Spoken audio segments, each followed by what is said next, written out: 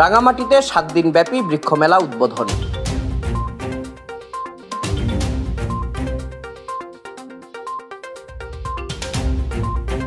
রাঙামাটিতে জেলা প্রশাসন ও বন বিভাগের যৌথ উদ্যোগে সপ্তাহব্যাপী বৃক্ষমেলা উদ্বোধন করা হয়েছে।